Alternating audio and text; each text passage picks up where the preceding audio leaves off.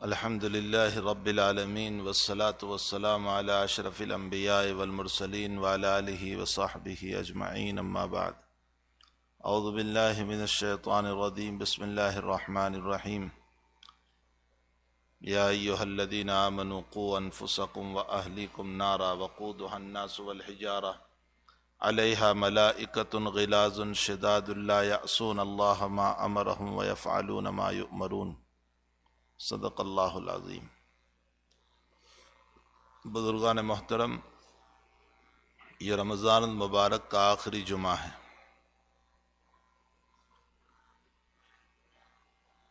ظاہر سی بات ہے کہ اب ہمارے سامنے 1 یا 2 دن کا مسئلہ ہے۔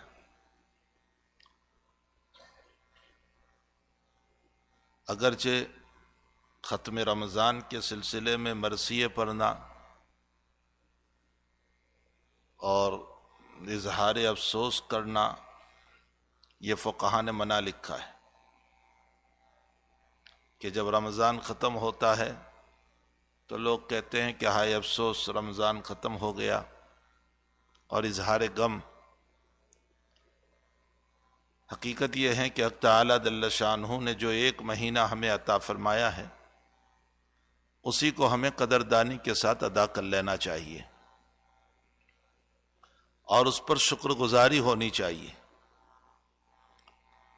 ہمارے بعض اکابر تو یہ فرماتے ہیں کہ زبان پر اظہار افسوس ہے لیکن دل میں خوشیاں ہوتی ہیں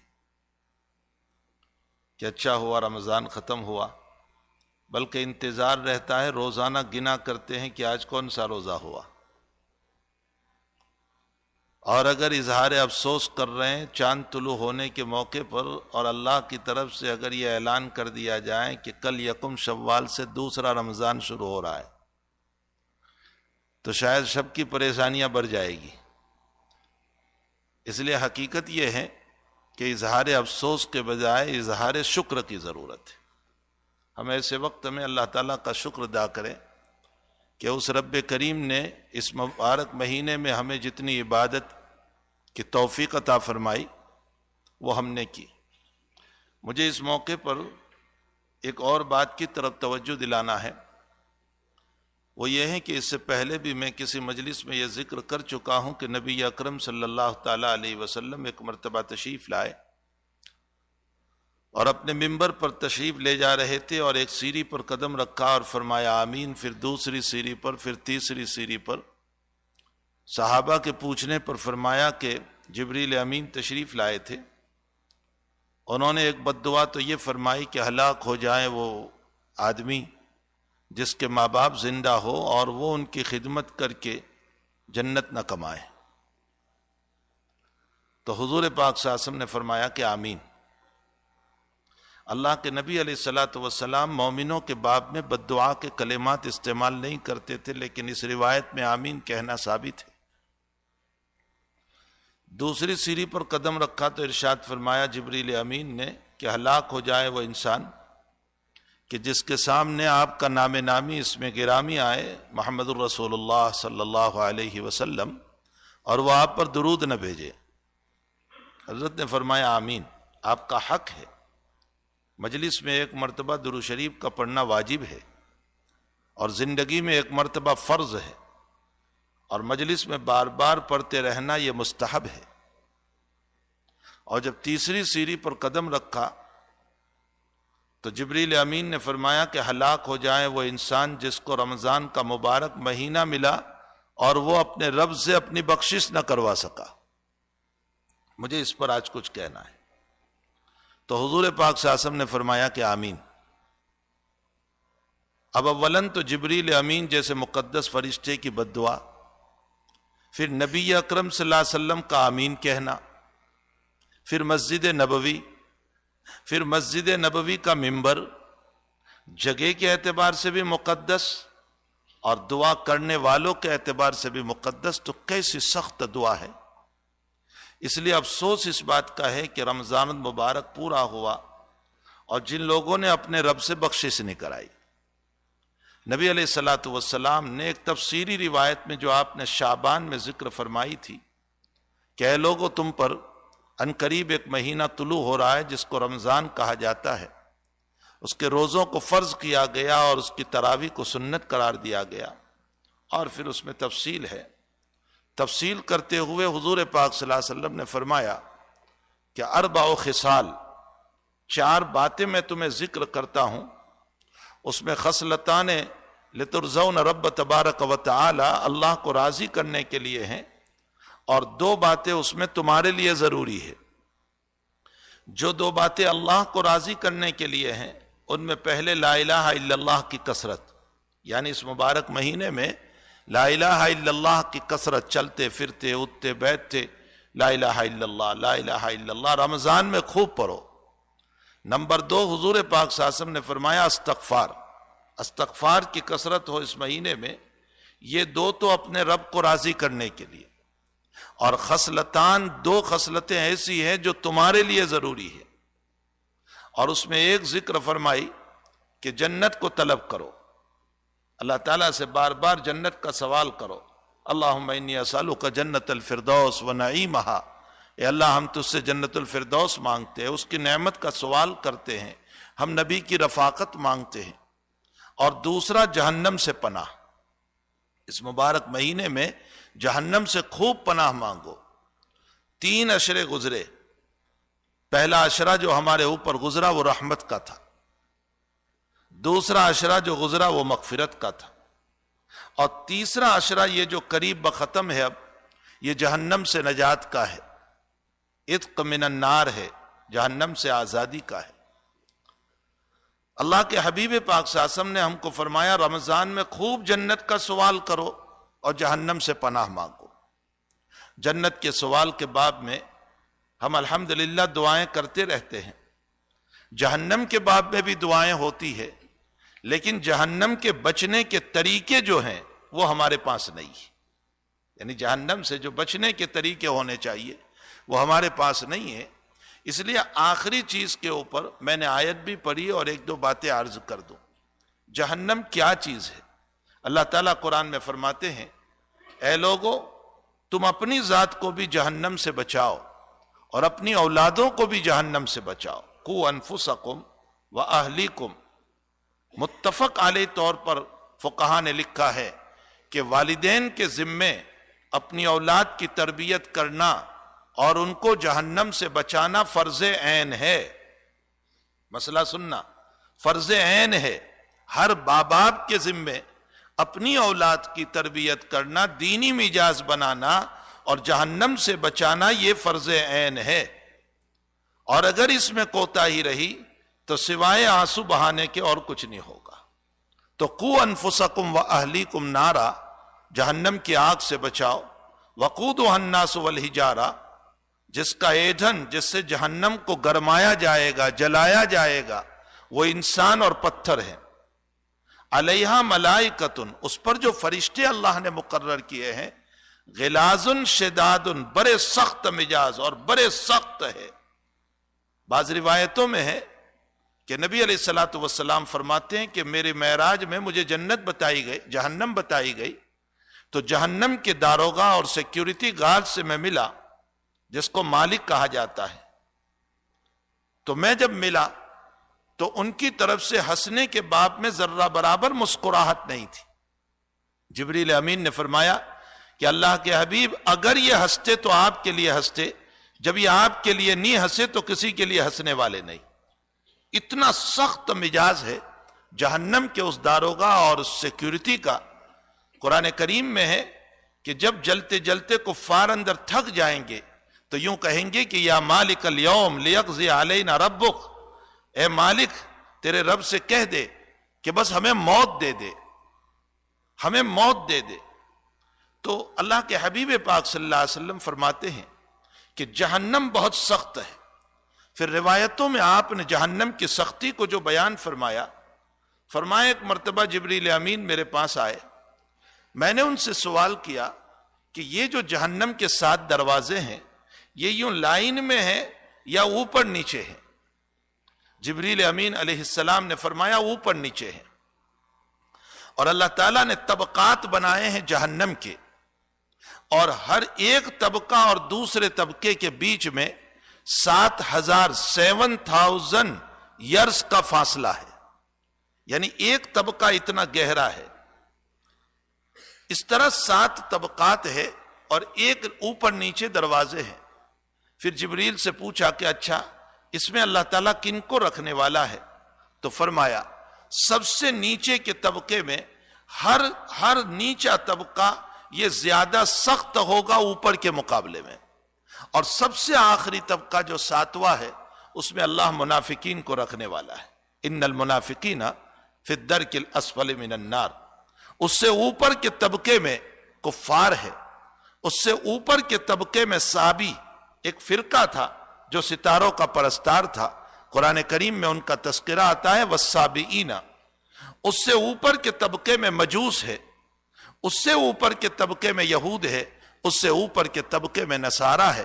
یہ 6 طبقے بیان کیے اور جبریل خاموش ہو گئے۔ فرمایا 7واں طبقہ کون ہوگا؟ فرمایا میں آپ کو تکلیف پہنچانا نہیں چاہتا۔ فرمایا نہیں مجھے بتائیے۔ تو فرمایا سب سے اوپر کا جو 7واں ہے اس میں آپ کی امت کے وہ گنہگار ہے جنہوں نے گناہ کبیرہ کیا اور بغیر توبہ کے دنیا سے چلے گئے، اور رب کریم کی نظر توجہ اور نظر کریمی اور نظر غفاریت اگر اس پر نہیں ہوئی تو اللہ اس 7ویں طبقے میں ان کو رکھنے والا ہے۔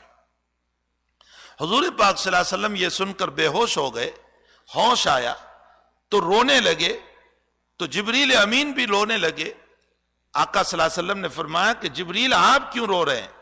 فرمایا مجھے ہاروت اور ماروت کا واقعہ یاد آ رہا ہے، قرآن کریم میں ہے، ابھی یہ وہ واقعے کا وقت نہیں ہے۔ ہاروت اور ماروت اللہ کے فرشتے تھے، اللہ نے دنیا میں آزمائش کے لیے اتارے تھے، اور وہ اس دنیا کے حالات میں پھنس گئے جس کے نتیجے میں ان کو عذاب دیا گیا۔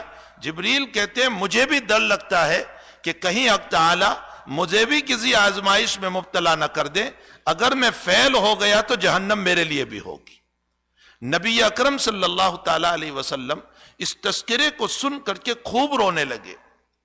ایک روایت تو یہ ہے، دوسری روایت میں حضور پاک صلی اللہ علیہ وسلم نے ارشاد فرمایا کہ سب سے ادنا درجے کا عذاب جہنم میں جس کو دیا جائے گا وہ انسان ہوگا جس کے پاؤں میں آگ کی جوتیاں پہنائی جائے گی، آگ کے سوز پہنائے جائیں گے، لیکن اس کا حال یہ ہوگا کہ وہ نیچے سے اتنا جلائے گا کہ دماغ اس طرح جوش مارے گا جس طرح چولہے پر ہاندی جوش مارتی ہے، اور اس کی داڑیں جل رہی ہوگی اور پیٹ کے اندر آگ جل رہی ہوگی۔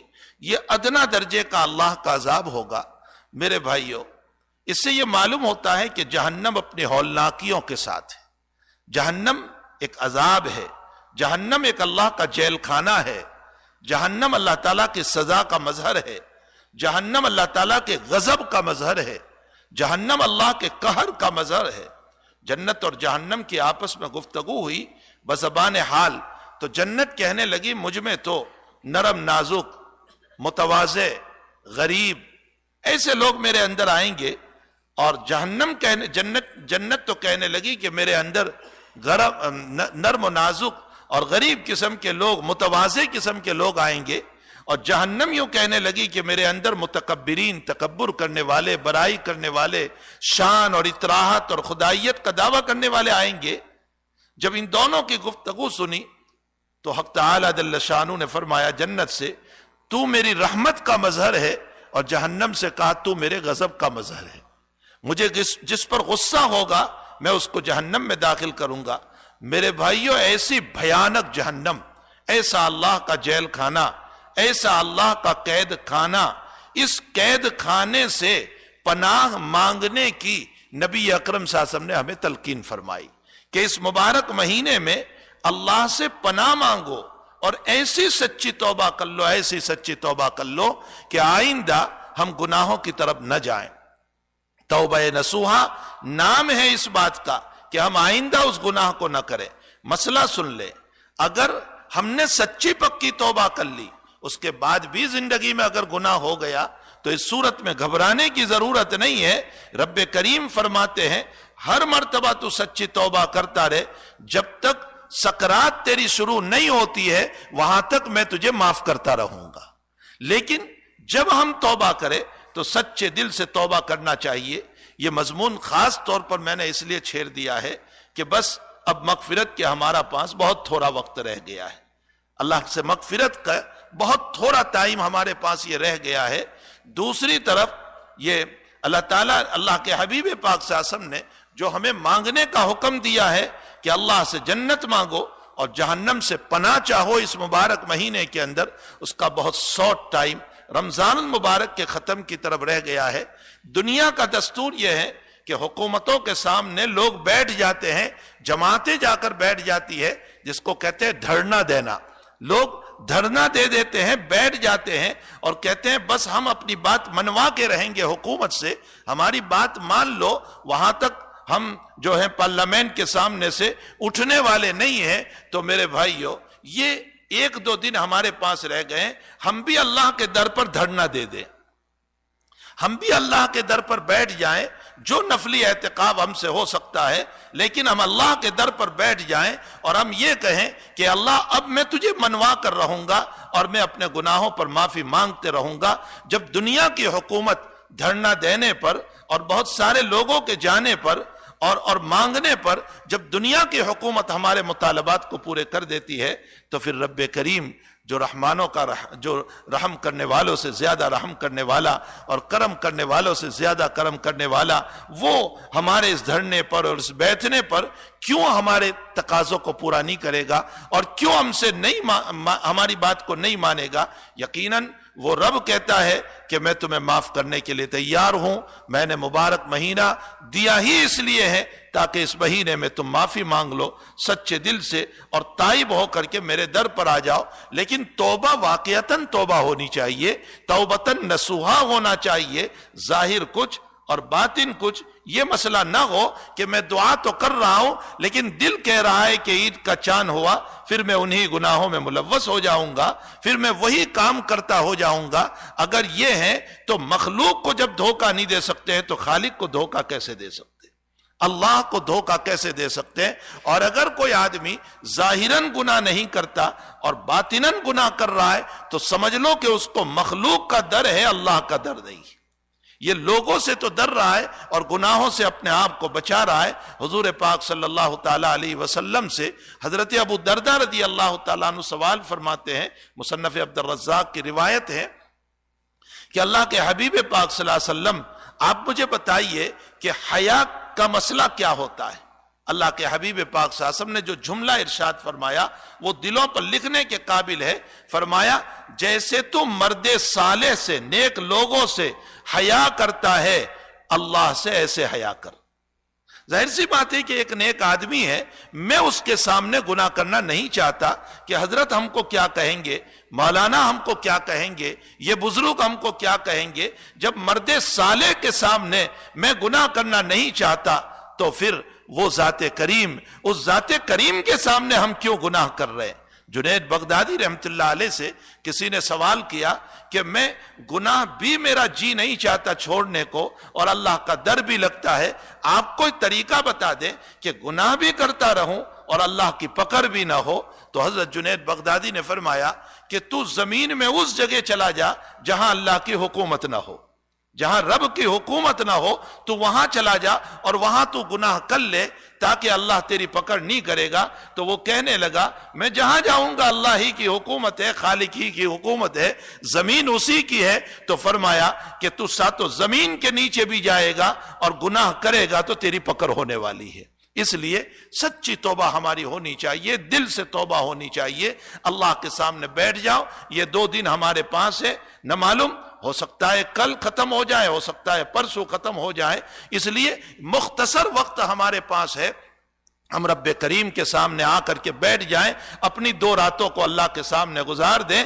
دنیا کے خاطر 10 رات ہم قربان کرنے کے لیے تیار ہو جاتے ہیں، دنیا کے خاطر مہینوں ہم قربان کرنے کے لیے تیار ہو جاتے ہیں۔ اپنی زندگی کے گناہ کا مسئلہ ہے تو کیا ہم رب کریم کے سامنے 2 راتیں نہیں بیٹھ سکتے ہیں، 2 دن نہیں بیٹھ سکتے ہیں؟ اس لیے نفلی اعتکاف کے اعتبار سے تمام کے تمام اللہ کے سامنے دھرنا دے، اپنے گناہوں سے معافی مانگے اور اس رب کو راضی کر لے۔ میں نے اس سے پہلے بھی ایک مختصر بیان میں کہا تھا کہ وہ رب اتنا جلدی راضی ہو جاتا ہے کہ اتنا جلدی تو میرا باپ بھی راضی نہیں ہوتا، میری ماں بھی راضی نہیں ہوتی، میرا بھائی بھی راضی نہیں ہوتا، بھائی ناراض ہوتا ہے کہتا ہے میری جنازے پر نہ آنا، بہن ناراض ہوتی ہے کہتے ہیں میرے جنازے پر نہ آنا، ماں باپ ناراض ہوتے ہیں، مہینوں منت سماجت کرتے ہیں تب راضی ہوتے ہیں، اور رب کریم وہ ہے فرمایا 2 منٹ سچے دل سے مجھ سے معافی مانگ لے اور 2 قطرے آنسو کے بہا لے، رونا نہیں آتا ہے تو رونے کا چہرہ بنا دے، میں اسی پر تجھے معاف کر دوں گا۔ تو اللہ جل شانہ سے ہم ان 2 دنوں کے اندر جو ختم رمضان ہے دل سے معافی مانگے اور لا الہ الا اللہ کی کثرت بھی رکھیں، استغفار کی کثرت بھی رکھیں، جنت کا مطالبہ رکھیں اور جہنم سے اللہ تعالیٰ سے پناہ مانگے۔